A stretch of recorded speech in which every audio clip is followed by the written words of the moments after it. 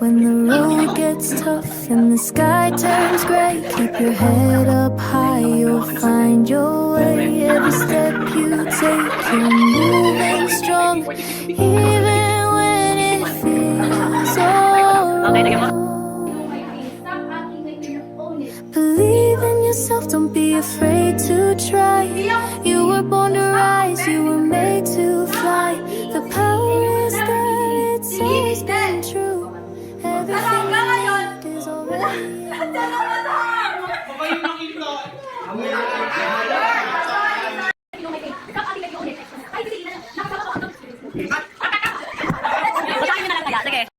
kita, sampalin mo ako, gantihan mo ako, matatanggap ko lahat ng yun dahil kaibigan mo ako.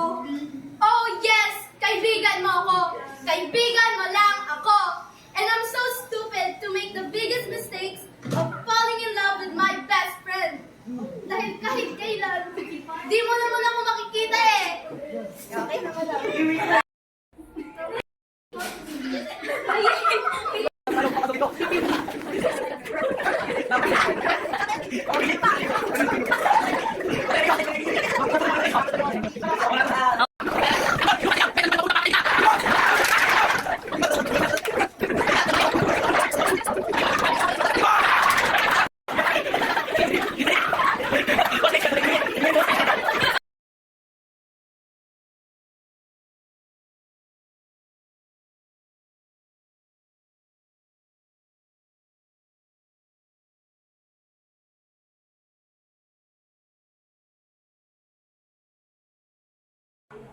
Nandito na naman tayo sa boses ng Bible, kung saan tinatalakay natin ang mahalagang ang topic natin ngayon, dapat bang gamitin ang wikang Pilipino bilang pangunahing wika ng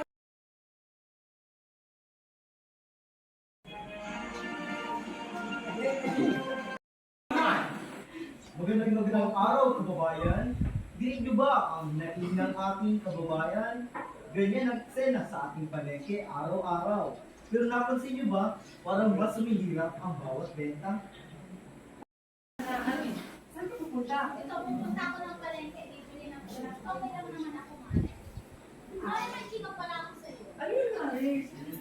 Alam ko ba ang mga presyo ng ang mga mahal naman.